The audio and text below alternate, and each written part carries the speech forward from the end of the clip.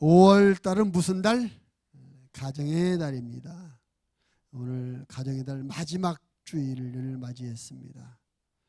그래서 오늘 가정의 달 마지막 주일을 보내면서 우리의 가정이 하나님의 축복으로 행복한 가정이 되었으면 좋겠다는 그런 의미에서 오늘 성경에 나오는 많은 가정들 가운데 특별히 참 이방인으로서 성경의 그 가정의 이름이 기록되고 또 하나님께서 이방인 최초로 성령을 보내주시고 하나님의 거룩한 일에 쓰임받은 그런 가정으로서 이 고넬료의 가정을 한번 살펴보려고 합니다.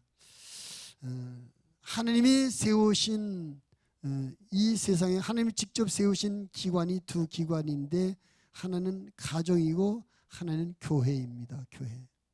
가정도 뭐 남자와 여자가 만나서 가정을 이루는 것 같으나 사실은 하나님께서 두 사람의 만남을 주관해 주시고 두 사람을 감동하셔서 결혼하여 가정을 이루도록 해 주시는 것입니다.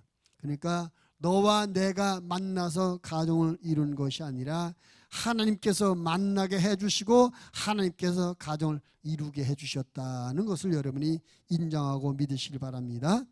이처럼 하나님께서 가정을 만드실 뿐만 아니라 하나님은 당신이 만드신 모든 가정들이 행복하기를 원하십니다. 아멘을 안 하십니까? 하나님은 여러분의 가정이 행복하기를 원하시는 것입니다. 그리고 또 모든 사람들도 우리 가정이 행복했으면 좋겠다 하고 행복한 가정을 원해요. 그리고 행복한 가정을 이루기 위해서 나름대로 열심히 노력을 합니다. 여러분은 여러분의 가정이 행복한 가정이 되기 위해서 어떤 노력을 하고 계십니까? 대부분의 사람들이 행복한 가정을 이루기 위해서 하는 노력은 한마디로 돈을 벌기 위한 노력을 합니다. 돈을 벌기 위해서 좋은 대학을 가기 위해 노력하고 또는 돈을 벌기 위해서 좋은 직장에 들어가려고 노력합니다. 그렇게 해서 남보다 빨리 더 많은 돈을 벌면 그 많은 돈 때문에 자기는 행복하게 살 수 있다라고 생각하기 때문에 그런 노력을 하는 것입니다. 그런데 돈을 벌면 행복한 인생, 행복한 가정 살림을 꾸릴 수 있습니까? 돈이 가정을 행복하게 만들어 줄 수도 없고 권력이나 지식이나 사회적 성공이 역시 가정의 행복을 보장해 주지 않습니다. 재벌회장이나 심지어 대통령 했던 사람이 자살하는 이유는 뭡니까? 재벌회장도 대통령도 행복하지 못했다는 것 아니겠습니까? 행복하면 왜 자살을 해요? 재벌회장 그렇게 돈 많은데 행복하면 왜 자살해? 대통령 권세가 있는데. 다시 말하면 세상의 돈이나 권세나 권력 이런 것이 우리를 행복하게 해줄 수 없다는 것을 보여주는 그런 일들이 아니겠습니까? 돈으로 음식은 살 수 있어도 입맛은 살 수 없고 돈으로 보약은 살 수 있어도 건강은 살 수 없습니다. 마찬가지로 돈으로 좋은 집은 살 수 있지만 아름답고 행복한 가정은 살 수가 없는 것입니다.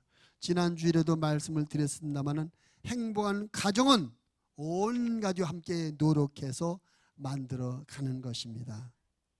오늘 본문에 나오는 고넬료의 가정, 비록 이방인 로마 사람이었지만 그는 성경에 그 가정이 기록되었고 하나님께서 인정해 주셨고 하나님께서 그에게 성령을 선물로 주는 이런 축복을 받은 가정, 멋진 가정, 아름다운 가정이 있습니다.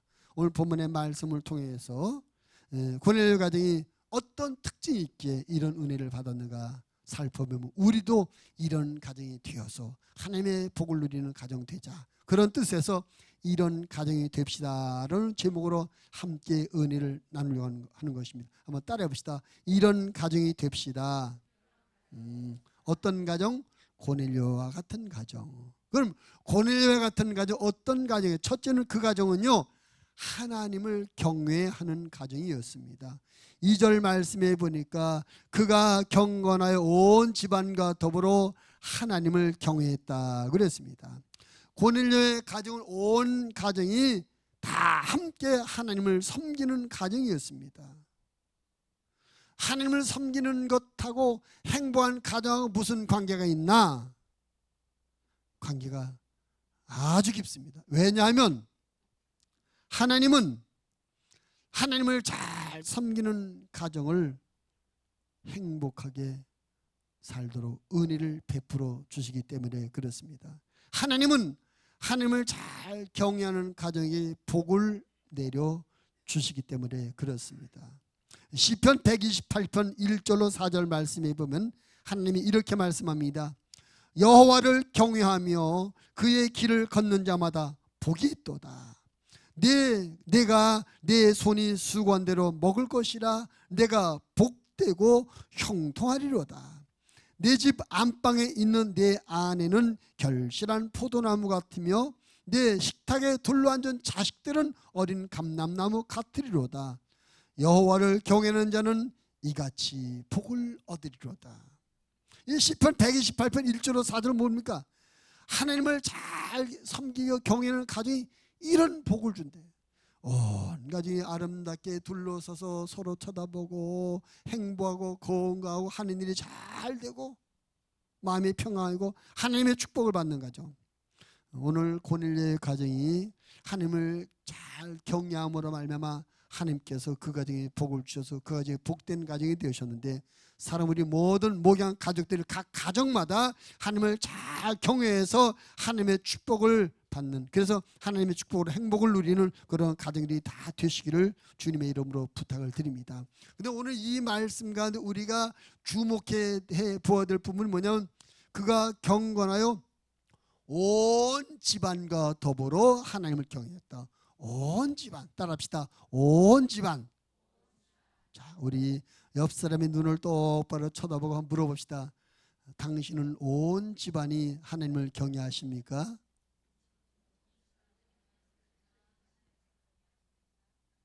온 집안.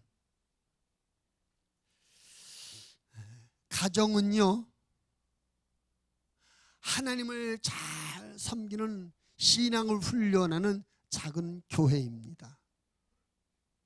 가정 안에서 신앙교육이 온전히 이루어져야 되는 거예요. 어른들이 신앙을 가르칠 뿐만 아니라 믿음의 모범을 보이는 생활을 통해서 자녀들에게 신앙을 전수시켜 주는 것입니다. 초대교회 젊은 지도자로서 귀하게 쓰임받은 디모데, 그는 사도 바울이 얼마나 그의 믿음을 인정했는지 자기의 영적 자식이다. 그리고 그가 로마 감옥에 갇혀 있으면서도 그 어려운 옥살이 하면서도 그 디모데만 생각하면 마음이 기쁨이 왔다 말이에요. 근데 그 디모데의 그 믿음이 어디서 왔느냐? 디모데 후서 1장 3절 5절 말씀에 보면 이렇게 말씀되어 있습니다. 내가 밤낮 간구하는 가운데 쉬지 않고 너를 생각하여 청결한 양심으로 조상적부터 섬겨는 하나님께 감사하고 내 눈물을 생각하여 너 보기를 원하면 내 기쁨이 가득하게 하려 함이니 이는 네 속에 거짓이 없는 믿음을 생각함이라. 이 믿음은 먼저 내 외조모 로이스와 내 어머니 유니게 속에 있더니 네 속에도 있는 줄을 확신하노라. 디모데의 그 청결하고 거짓 없는 믿음, 감옥에서 고통받고 있는 바울에게 기쁨을 주는 그 믿음은 어디서 왔느냐? 외할머니, 어머니로부터 이어내는 가정 안에서 그 믿음의 교육이 이루어졌다는 거죠. 가정. 그래서 가정은 신앙을 훈련하는 작은 교회가 되어야 된다는 것입니다. 여러분, 온 가정이 하나님을 경외하면 하나님의 은혜로 말미암아 그 가정이 하나님의 행복을 누리게 되는데, 실질적으로 두 가지 은혜를 누릴 수가 있어요. 첫째는 뭐냐면은 온 가정이 하나님을 섬기면 온 가족들의 가치관이 같아집니다. 한 울타리 안에 살지만 가치관이 달라서 갈등하고 반목하며 다투는 경우가 얼마나 많이 있어요. 사람들 아무리 친한 친구도 가치관이 다르면 말이죠, 갈등 생기며 다툼이 일어납니다. 예를 들자면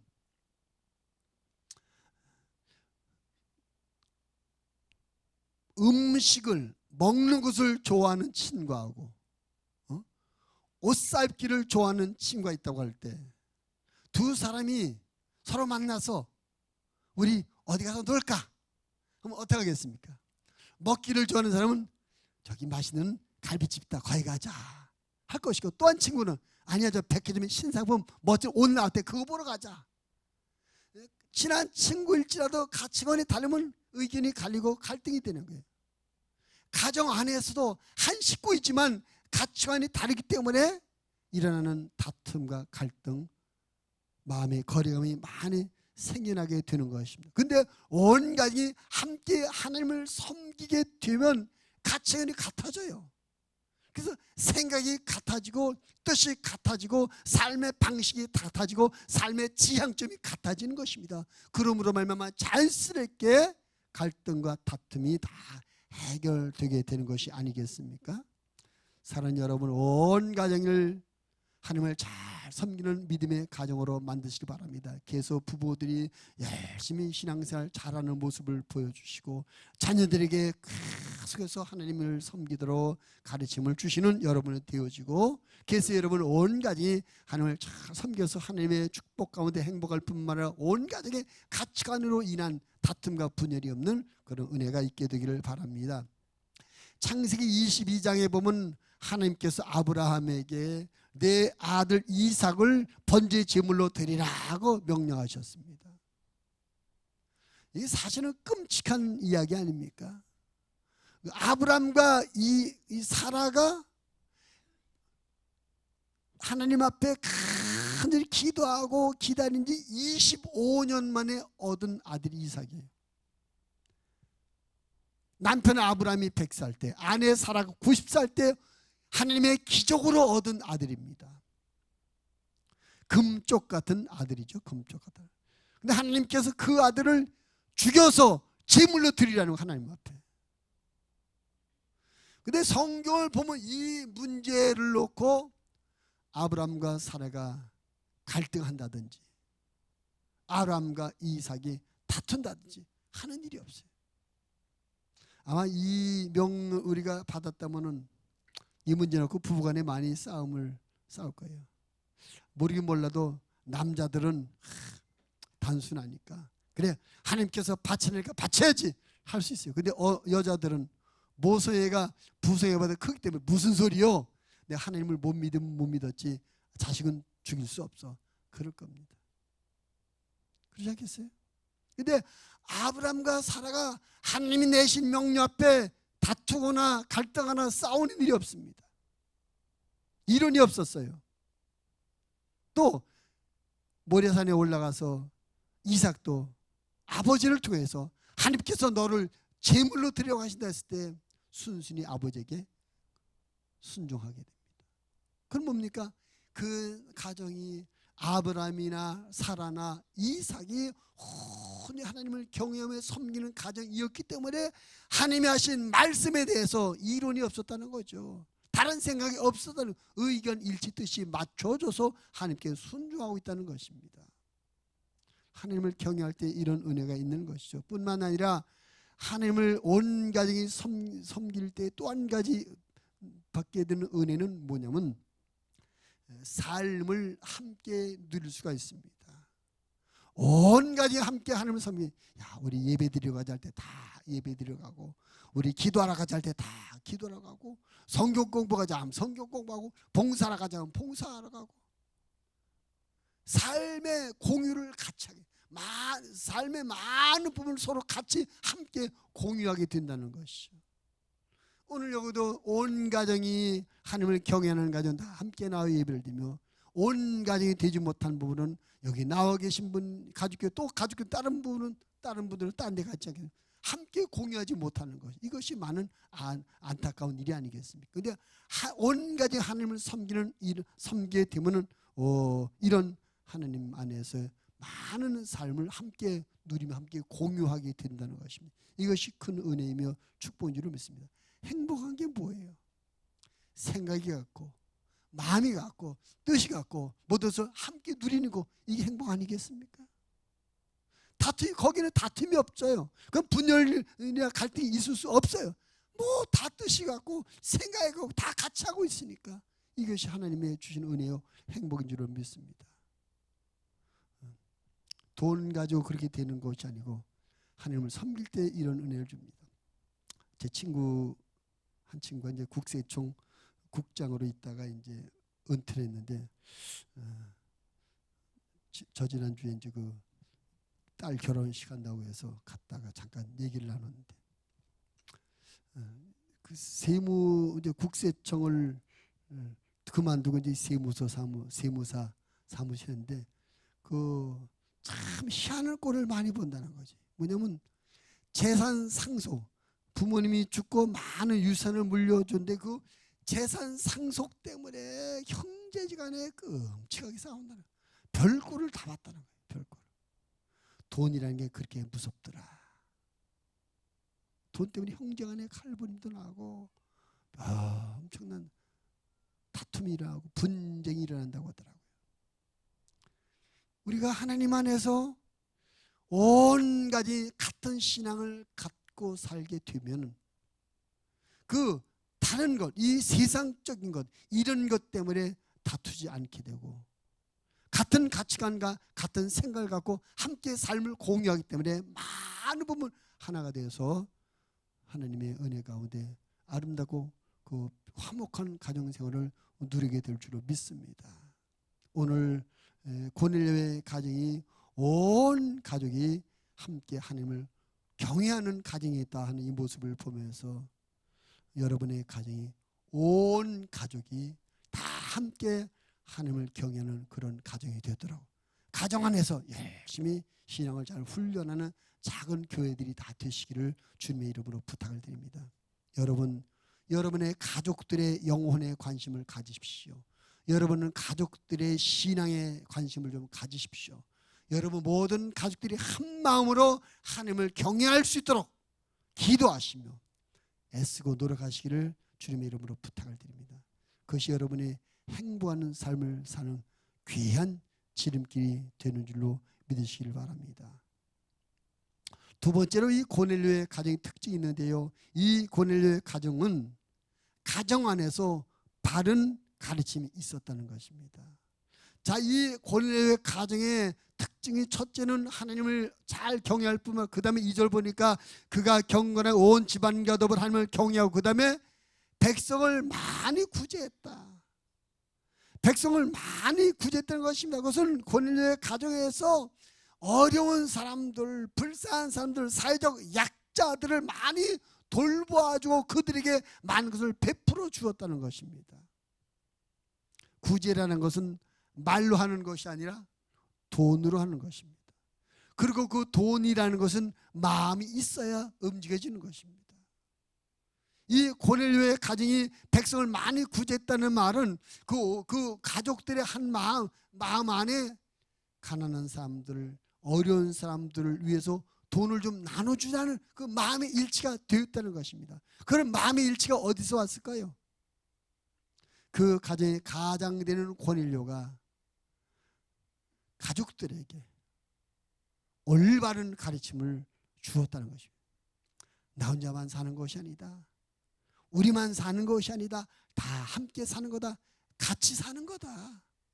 우리가 남보다 더 많이 가지고 있는 것은 갖지 못한 사람들에게 나눠주며 베풀어주고 도와주려고 우리에게 주신 것이니까 나눠주자, 도와주자, 베풀어주자. 이렇게 살아야 된다. 이런 올바른 가정교육, 이런 가정교육이 가정 안에서 있었기 때문에 이 백성을 많이 구제하는 이런 삶이 가능했다고 하는 것이죠. 만약에 그 가족 중에 한 사람은 안 돼요. 이거 우리 돈인데 왜 줍니까? 특히 여러분 성경에서 아시는 것처럼 지금 이 고넬료의 가족은 로마 사람입니다. 로마 사람이 되면 이스라엘에 들어서 사는 거예요. 그 당시 이스라엘은 로마의 정복당한 식민지였습니다. 그래서 이 고넬료는 그 지역을 다스리는 지방 관할장으로 와 있는 거예요. 식민지 백성들입니다. 사실은 세상처럼 짓밟아버리고 무시하고 오히려 그들의 것을 취할 수밖에 없는 그런 상황이에요. 옛날에 일본 사람들이 우리나라 들어와가지고 얼마나 많은 것을 탈취해갔습니까? 우리 얼마나 칠밟았습니까? 근데 고넬료는 그렇게 해도 괜찮은 사람이에요. 그런 입장인데 그렇게 하지 않았다. 오히려 자기 것을 나눠주며 베풀어주는 그런 삶을 살았다는 것입니다. 하나님께서 이런 고넬료의 가정을 멋지게 보시고 그를 택해서 은혜 주신 것이 아니겠습니까?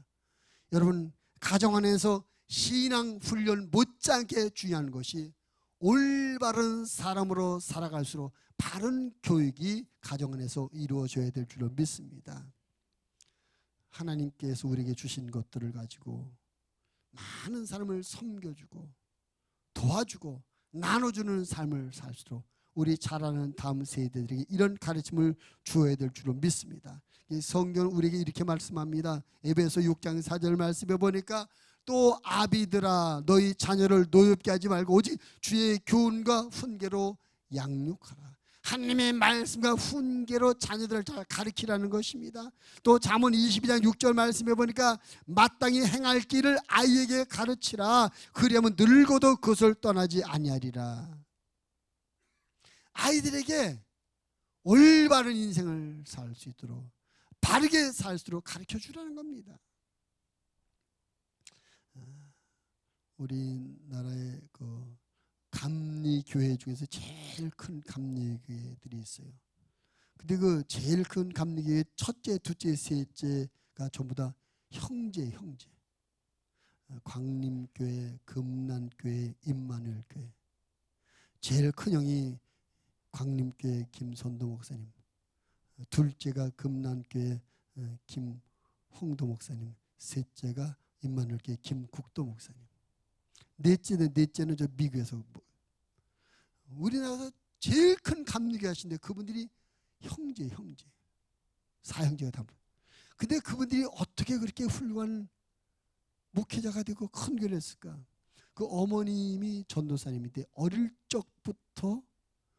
적에 이제 시골교회에서 시골교회를 섬기는 그런 집사님이 계셨어요. 근데 가난한 집에 있으면서도 가난한 삶 살면서도 그 자녀들을 갖다가 목사님 댁에 심부름을 자주 보냈답니다. 명절 때가 되면 큰애야 이거 이번에 생선 사온데 이거 목사님 댁 갖다 드려라. 이거 전 부천데 이것은 둘째야 이거 목사님 댁 갖다 드려라. 이번에 우리가 추수인데 쌀 좀 갖다가 목사님에게. 그 자녀들을 어릴 적부터 목사님에게 뭐 갖다 드리는 거 교회 심부름을 많이 했대. 그래서 그 김국도 목사님이가 그분이 한번 그런 간증, 어릴 때부터 자기들은 꿈이 목사님 되는 것이었대요. 야, 목사님 되니까 뭐 생선도 갖다 주고 뭐 전도 갖다 주고 쌀도 야, 목사님 되면 저렇게 좋은 거구나. 어릴 때부터 꿈이 내 사람 다 목사가 되는 것이었대요. 좀 훌륭한 목사님이 되셨어요. 그 어머님이 의도적으로 그렇게 하셨죠. 훗날 그 어머님이 나에게 80대인가 되셨을 때 그 내 형제 목사님이 어머니 8순으로 해외여행을 시켜드릴까 뭘 할까요? 그랬더니 내게 8순으로 내가 너희들에게 부탁할 게 있다. 뭡니까? 저 시골 포천에 가면 작은 동네인데 그 교회가 그 동네에 교회가 없는데 나 해외여행 시켜줄 그 돈으로 그 동네에다 교회를 하나 지어줬으면 좋겠다. 그래서 그 아들들이 우리가 목사가 됐음에도 불구하고 어머님만큼 믿음이 부족합니다. 회개하고 그 네 목사님 힘 앞에서 포천 쪽에다 교회를 하나 지어주었더라고요. 그러니까 어릴 적부터 이 어머님이 내 형제를 하나님 앞에서 어떻게 살아야 될지 하나님을 섬기는 것, 주의 영을 섬기는 것, 바른 것을 나눠주며 베푸는 그런 삶을 가르쳐 주었더니 그 목사님들에게 훌륭한 목회자가 되었다라고 하는 것입니다. 요즘 우리 젊은 세대들이 자녀교육에 열심은 있지만 잘못된 자녀교육이 있습니다. 그게 뭐냐면 너무나 개인주의적이며 이기주의적인 자녀교육을 시킵니다. 내가 최고야. 내가 잘 돼. 너만 하면 돼. 너만 해. 너. 나만. 너만 극히 자기만 하는 개인적이며 이기주의적인 자녀교육을 시키고 있다는 것입니다. 배려를 몰라요. 양보를 몰라요. 헌신을 몰라요. 봉사를 몰라요. 우리가 하나님 안에서 이 세상을 나 혼자 사는 것이 아니라 다 더불어 살아간다고 할 때 우리는 더불어 사는 이웃들을 돌아보고 그들을 섬겨주는 그런 마음을 가지고 살아야 될 줄을 믿습니다. 그런데 이런 것은 학교에서 안 가르쳐줘요. 가정 안에서 우리 부모님들이 자녀를 그렇게 가르쳐야 될 줄을 믿습니다. 왜 돈을 벌려고 하느냐? 가난한 사람들을 도와주기 위해서 돈을 벌어야 된다. 왜 공부하려고 하느냐? 모르는 사람들을 가르쳐주기 위해서 공부해야 된다. 왜 힘을 가지려고 하느냐? 약자를 보살펴주기 위해서 힘을 가져야 된다. 이렇게 우리 자녀들을 가르쳐줘야 될 줄을 믿습니다. 근데 요즘 부모님들 그렇게 안 가르쳐요. 야, 그 손해보는 짓 왜 하고 있어? 그거에도 너한테 이익되는 거 없으니까 하지 마.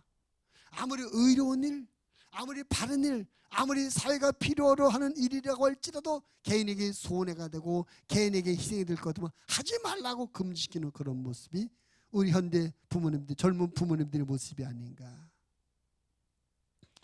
오늘 고넬료의 가정은 정말로 가정 안에 올바른 가정 교육이 있었습니다.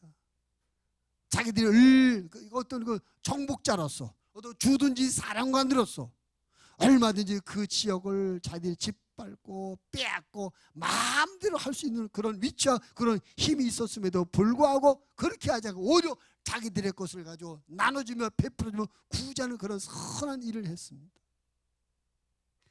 그런 가정 하나님께서 보시고 참 기뻐하셔서 성령을 보내주는 은혜를 베풀어 주지 않았겠습니까? 성경에 기록하는 이런 귀한 은혜가 있지 않겠습니까?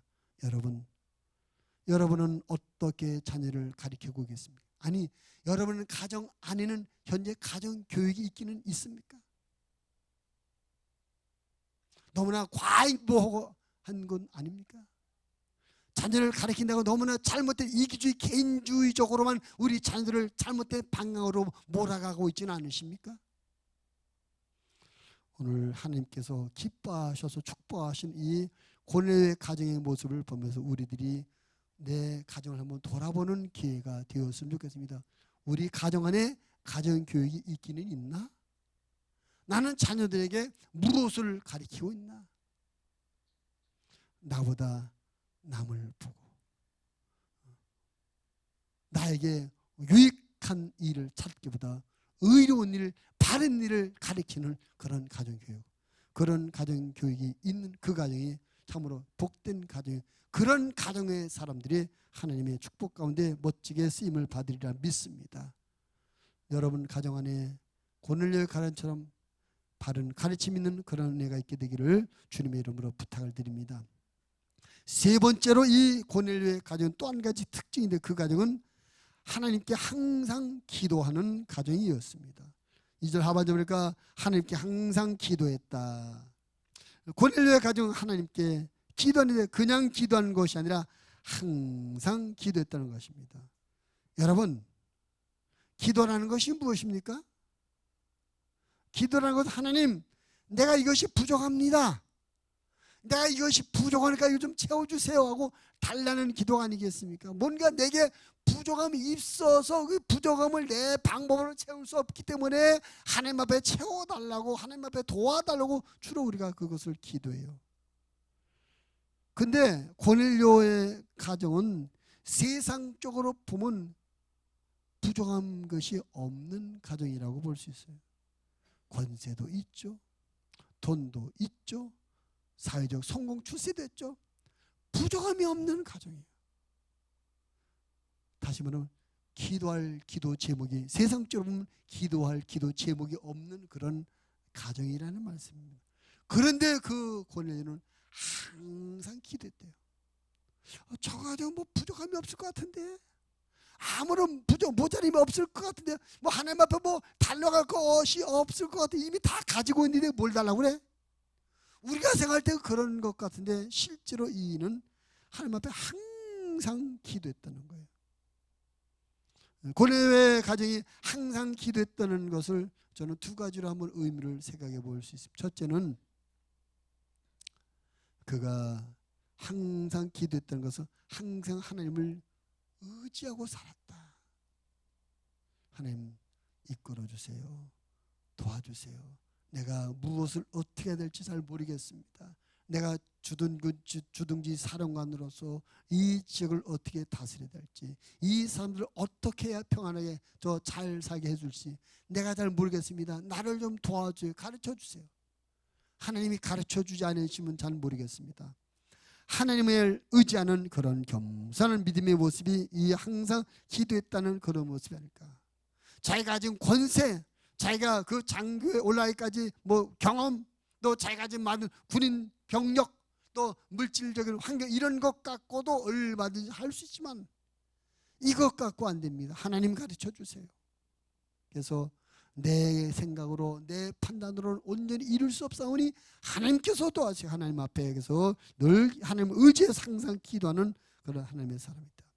자기가 가진 것을 의지하지 않고 하나님을 의지하는 그런 겸손한 믿음의 사람이었다는 것입니다. 하나님을 이렇게 자기가 가진 것을 의지하지 않고 하나님을 의지하는 겸손한 사람들을 사랑하시며 축복하시는 줄로 믿습니다. 또한 이 고넬료의 가정이 항상 기도했던 또 한 가지 의미는 저는 영적인 은혜를 추구하는 삶을 살았다라고 해석하고 싶습니다. 다시 말해 앞에서 말씀드린 것이면 세상적이며 현실적이며 물질적인 것은 다 이미 가지고 있어요. 다 가지고 있습니다. 그것은 부족한 것이 없어요. 근데 뭘 맨날 기도했을까? 그러면 그 영혼의 갈급함, 그 영혼의 갈증을 위해서 하나님 앞에 기도하지 않았을까? 하나님, 내 영혼을 복되게 하여 주옵소서. 내 영혼의 평안을 주옵소서. 내 영혼을 강건하게 하여 주옵소서. 내 영혼이 늘 주님과 교통하게 하여 주옵소서. 내 영혼이 하나님의 은혜로 만족하게 하여 주옵소서. 그의 영혼의 갈증을 위해서 하나님 앞에 기도했을 것이다 라고 보는 것입니다. 야고보서 1장 17절 말씀에 보면 하나님께서 우리에게 이런 은혜 주신데 온갖 좋은 은사와 온전한 선물이 다 위로부터 빛들의 아버지께로부터 내려오나니 그는 변함도 없으고 회전은 그림자도 없으시다. 하나님은요 기도하는 사람과 함께 일하십니다. 하나님은 기도하는 가정을 축복하시고 사용하십니다. 하나님 모두의 가정이 고넬료의 가정처럼 기도하는 가정이 되어서 겸손한 모습과 영적 것을 추구하는 그런 삶을 살기를, 그런 가정이 되기를 원하시는 것입니다. 여러분의 가정은 어떻습니까? 항상 기도하고 계십니까? 기도한다면 무엇을 기도하고 계십니까? 고넬료의 가정처럼 하나님 교만하지 않고 내가 하나님만 의지합니다. 겸손하면 하나님을 의지하는 믿음의 기도를 하고 계십니까? 하나님, 내가 영적 은혜가 필요합니다. 내 영혼을 위해서 은혜 베풀어서 영적인 갈증을 갖고 하나님 앞에 기도하고 계십니까? 아니면 현실적이며 물질적인 것만을 위해서 기도하고 계십니까? 오늘 고넬료 가정이 항상 하나님 앞에 기도하는 가정이 되어서 하나님의 은혜 가운데 멋진 쓰임을 받았는데 우리 목양의 모든 가정들 안에 기도가 끊쳐지지 않게 되기를 바랍니다. 하나님을 늘 의지하는 겸손한 믿음으로 늘 기도하시고 영적인 은혜를 삼하는 그런 심령으로 기도하셔서 여러분 기도의 제목의 응답으로 말미암아 여러분의 영혼이 늘 풍성해지고 여러분의 영적인 힘이 강해져서 하나님의 의와 뜻을 이루는데 복되고 능력에 쓰임받는 가정 되시기를 주님의 이름으로 부탁을 드립니다. 세상에 많은 가정들이 있습니다. 성경 안에도 많은 가정들이 있습니다. 근데 특별히 이 고넬료의 가정은 이방인으로서 하나님 앞에 인정을 받고 복되게 쓰임받은 가정이었어요. 우리 여기 있는 우리 목양 사랑하는 목양 가족들의 가정들도 고넬료의 가정처럼 하나님께서 기뻐하시고 은혜를 주고 하나님께 쓰임받는 가정들이 되기를 바랍니다. 우리 모두의 가정이 고넬료의 가정처럼 온 가정이 하나님을 경외하는 가정, 가정 안에 올바른 가르침이 있는 가정, 항상 기도하는 겸손하고 영적인 것을 삼하는 그런 가정들이 되셔서 이 시대에 고넬료의 가정처럼 멋지게 쓰임받는 그런 은혜와 행복이 있는 우리 모두의 가정이 다 되시기를 주님의 이름으로 부탁을 드립니다.